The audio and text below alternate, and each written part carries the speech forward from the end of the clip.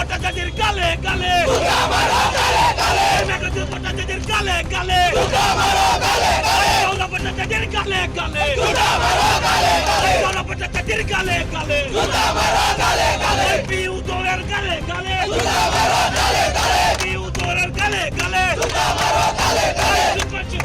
সুস্মিতা ভট্টাচার্যের গালে গালে We want justice. We want justice. Justice, justice. Police প্রশাসনের উপরে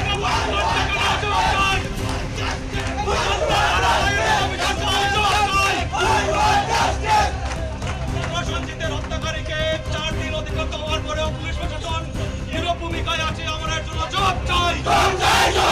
পুলিশ প্রশাসন 4 দিন থেকে কি করছে? হত্যাকারীকে গ্রেফতার করছে না, অথচ বাড়ির দ্বারে পুলিশ প্রশাসন হায় হায় পুলিশ প্রশাসন হায় হায় এই ভাই হারা বোনের বিচার চাই।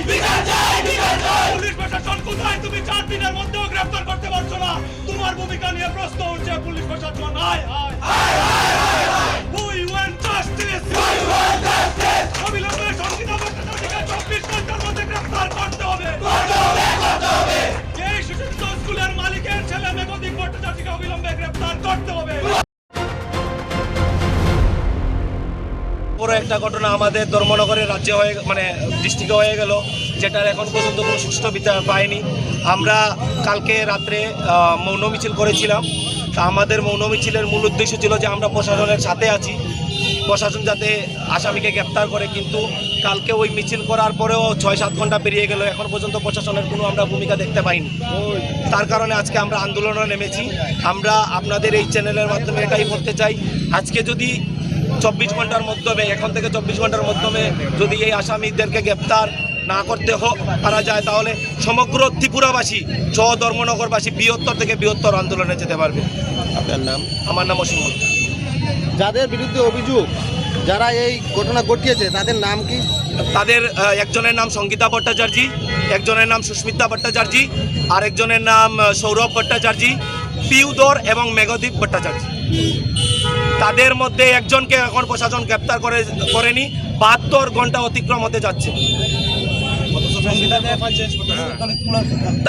তারপরেও আমরা একটা লজ্জাজনক ঘটনা, যেই সংগীতা ভট্টাচার্য যিনি আছেন, উনি শিশুতত্ত্ব স্কুলের টিচার। আমার বলতে লজ্জা লাগে যে এরকম টিচার হয়ে একজন কিভাবে এইসব কাজ করতে পারে। এটা জনতার কাছে একদম লজ্জাজনক ঘটনা। সবাই ধিক্কার জানাতে এখানে আমরা জড়ো হয়েছি। কথা আপনাদের চ্যানেলের মাধ্যমে বলতে চাই, মেঘদীপ ভট্টাচার্য উনি শিশুতত্ত্ব স্কুলের মালিকের ছেলে এবং উনার টিচার, সবাই মিলিয়ে ধর্মনগরের গরিব শ্রেণীর মানুষদের উপর প্রাণঘাতী হামলা করে আমরা বিভিন্ন সামাজিক মাধ্যমে আগেও দেখতে পেয়েছি, এখনও দেখছি। এটার কি শেষ হবে না? এটার কি সুষ্ঠু বিচার করার কেউ নেই এই ত্রিপুরা রাজ্যে?